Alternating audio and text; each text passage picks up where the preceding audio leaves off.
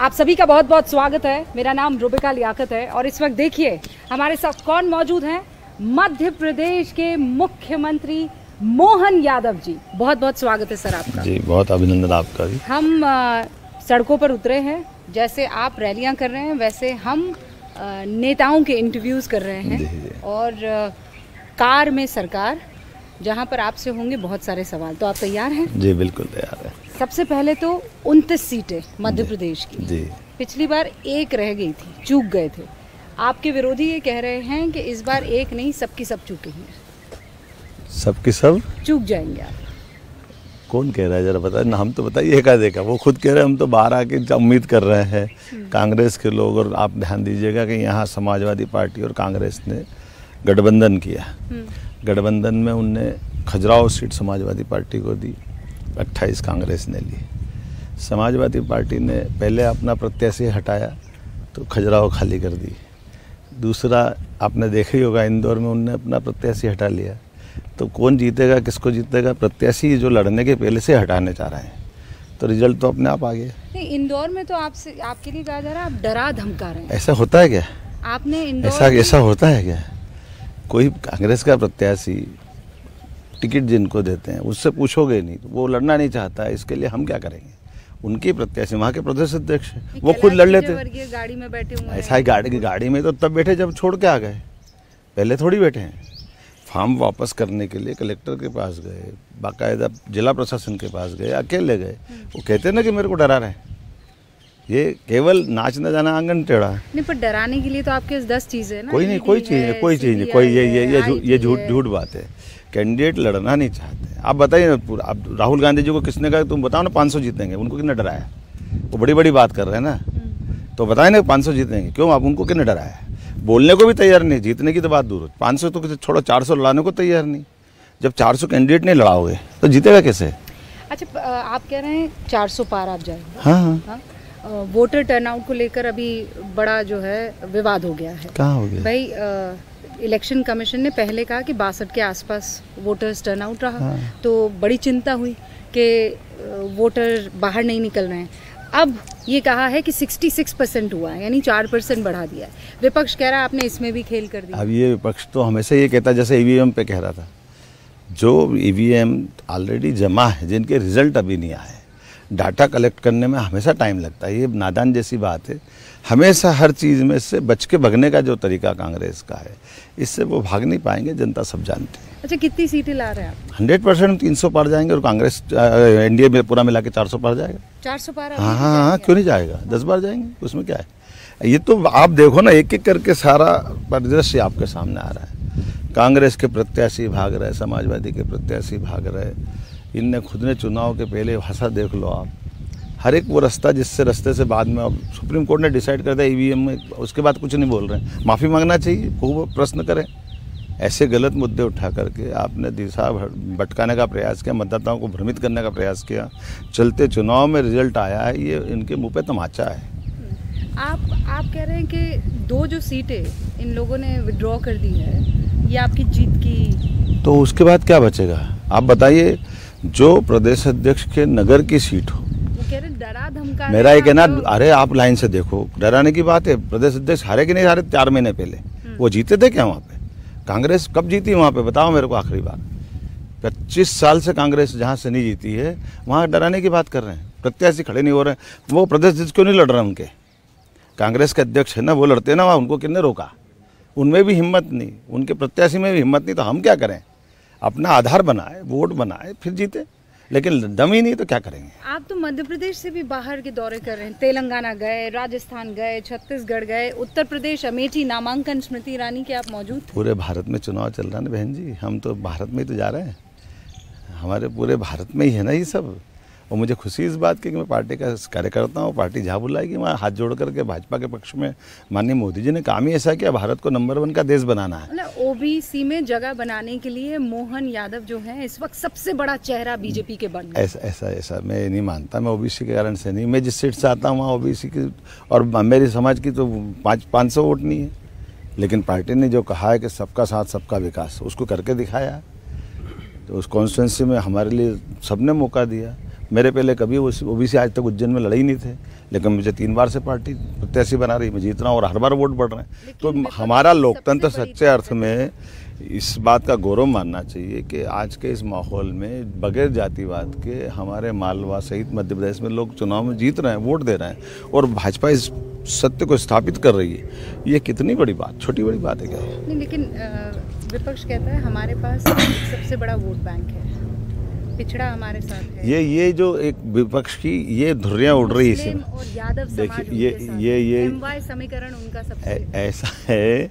MY तो मेरे साथ है, मोहन यादव, वो एमवाई और उससे बड़ा क्या मैं खुद मोहन यादव हूँ ना, तो आप अच्छा। तो मैं इसको नहीं मानता, लेकिन मेरा ऐसा कहना है कि जो ये दायरे में लेके चल रहे थे जातियों की, पर्टिकुलर कास्ट के आधार पर टिकट देने की, वो उनके मुंह की खाई। और इस तरह से ये जो हमारा राष्ट्रीय एजेंडा माननीय मोदी जी ने कहा है कि मूलतः देश के हर नागरिक को हर जगह लड़के आने के लिए भाजपा वो माहौल बना रही है और भाजपा ने सबका विश्वास जीता है। और लगातार 10 साल में आप देखिए ना, द्रौपदी मुर्मू जी क्यों कोई दलित को या एसटी व्यक्ति को उन्होंने मौका नहीं दिया राष्ट्रपति का? ये गलती तो कांग्रेस ने की है ना, उनके साथ के सारे लोगों ने की। एक नहीं, दो नहीं, लगातार। ये केवल परिवार की बात की लड़ाई लड़ रहे हैं, एक एक परिवार से ही चाहिए। मैं चाहूंगी कि आप जरूर।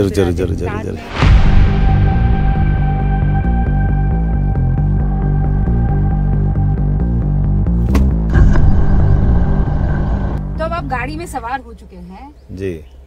कांग्रेस आप पर ये आरोप लगा रही है कि अगर आप लोग आए तो आप संविधान को खत्म कर देंगे, बदल कर रख देंगे। संविधान को जितनी बार कांग्रेस ने बदला है उतना तो कोई सोच ही नहीं सकता है।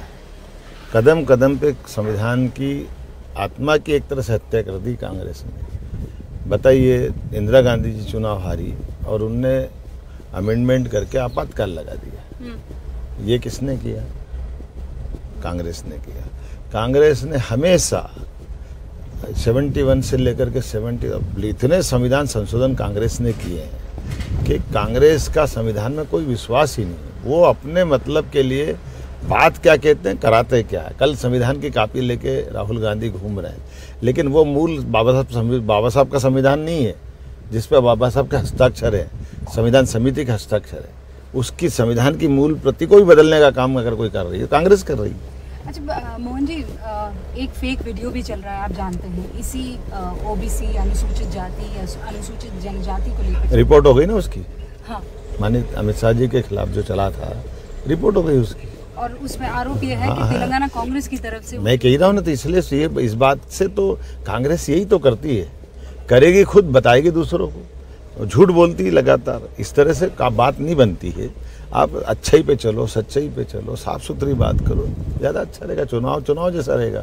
लेकिन ये आप छल, प्रपंच, नाटक, झूठ बोलना अगर आप करोगे तो जनता सब जानती है। हमने पूरा देश देखा, 2004 में 14 में देखा, 2019 में देखा, और इस बार आगे बढ़ रहे हैं। आप तो अमेठी में मौजूद थे, बीच में खबर आई थी कि राहुल गांधी अमेठी में चुनाव लड़ेंगे। अब खबर ये आ रही है कि शायद ऐसा ना हो। हाँ, तो मैंने तो पहले उस दिन अमेठी में कहा था कि हमारी जबरदस्त प्रत्याशी है हमारी अमेठी की श्रीमती स्मृति ईरानी। और ये जबरदस्ती के प्रत्याशी किसी को अलाउ ठीक है ही नहीं, उसमें दम ही नहीं। अरे जबरदस्ती का है ना, गढ़ ऐसा है कि वहाँ के लोग त्राहिमाम कर रहे हैं। मैं अमेठी होकर आया हूँ, मेरा ससुराल सुल्तानपुर रहा है। मैं इस बात को जानता हूँ कि सुल्तानपुर और अमेठी का हिस्सा, आप अमेठी जिस जगह गए वहाँ पर अपना खुद का सर्किट हाउस नहीं, वहाँ पे कोई डेवलपमेंट की चीज़ एक भी नहीं थी। सड़कें नहीं, कॉलेज एक भी नहीं था।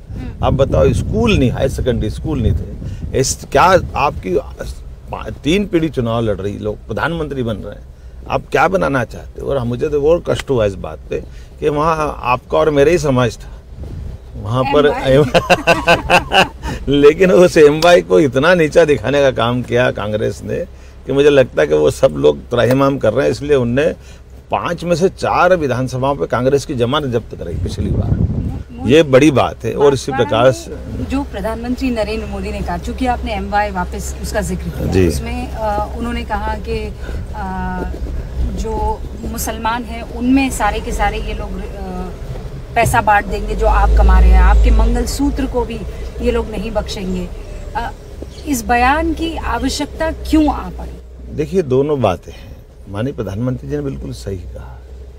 आप ये बताइए, मूलतः हमारे अपने जिस दृष्टिकोण से मोदी जी ने कहा है कि अगर बाबा साहब ने जो आरक्षण दिया था, उस आरक्षण में कोई धर्म को जोड़ा था क्या? उसमें तो मुस्लिम धर्म नहीं था। तो मुस्लिम धर्म की ये मानता भी नहीं कि जातिवाद होना चाहिए। तो मैं मुस्लिम धर्म को भी बचाने का माननीय मोदी जी ने प्रयास किया, और उसके साथ जो SC ST OBC जो ऑलरेडी कास्ट है, उस कास्ट को उसका हक क्यों काटना चाहिए? कांग्रेस ने उनका हक काटा है, तो ये बात तो आएगी सही ना। और चुनाव के समय नहीं आएगी तो कब आएगी? आना चाहिए। लगता है कि मुसलमान बीजेपी को वोट करेंगे? क्यों नहीं करेंगे? मुसलमान बिल्कुल करेंगे। मैं आपको लाइन से बता सकता हूँ। मैं माननीय स्वर्गीय अटल बिहारी वाजपेयी जी को याद करना चाहूँगा, जिनने देश के राष्ट्रपति अगर किसी को दी तो सबसे पहले मिसाइल मैन को दिया कि नहीं दिया? अब्दुल कलाम जी हमारे देश के राष्ट्रपति बने। कांग्रेस दूसरी बार उनको राष्ट्रपति नहीं बनने दिया।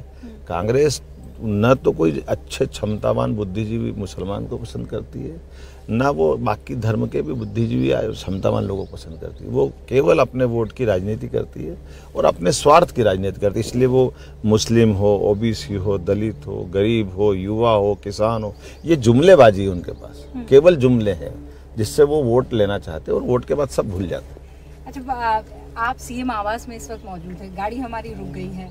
सुना है अगल बगल में ही आपका बेटा कहीं PG में रहता है, हॉस्टल में रहता है। तो वो कभी CM आवास में नहीं, ऐसे कोई बंदिश नहीं, लेकिन मैंने कहा बेटा आप अपने अपनी जगह पढ़ो। मेरी पहले बेटी भी पढ़ के गई यहाँ से, हॉस्टल से ही पढ़ी। जब मैं शिक्षा मंत्री था, टूरिज्म चेयरमैन था, तो बच्चे अगर पढ़ रहे हैं तो उनका ध्यान पढ़ाई में लगना चाहिए। हमारा ये राजनीतिक उठापटक की जगह पे आने से उनकी पढ़ाई भी डिस्टर्ब होगी और अनावश्यक हर एक का अपना भाग्य, वो अपना पहला करियर बनाए, उसके बाद उनको लगेगा तो देखेंगे जो होगा, नहीं तो डॉक्टरी करेंगे। बढ़िया, मेरी बेटी कर ही रही दामाद के साथ डॉक्टरी, बच्चा भी करेगा।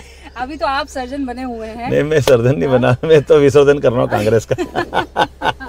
ये देखिए, ये बड़ी बात कह गए हैं। मैं सर्जन नहीं, मैं विसर्जन कर रहा हूँ यहाँ पर कांग्रेस का। कांग्रेस की मानसिकता का विसर्जन जरूरी है, कांग्रेस का विसर्जन जरूरी, क्योंकि कांग्रेस ने अपनी सड़ी गली व्यवस्थाओं के आधार पर पार्टी को ऐसी बुरी स्थिति में खड़ा कर दिया कि पार्टी के लोग रोज छोड़ करके भाजपा ज्वाइन कर रहे हैं। यहाँ हमारे यहाँ लगभग 2.5 लाख से ज़्यादा कार्यकर्ता भाजपा ज्वाइन कर चुके हैं।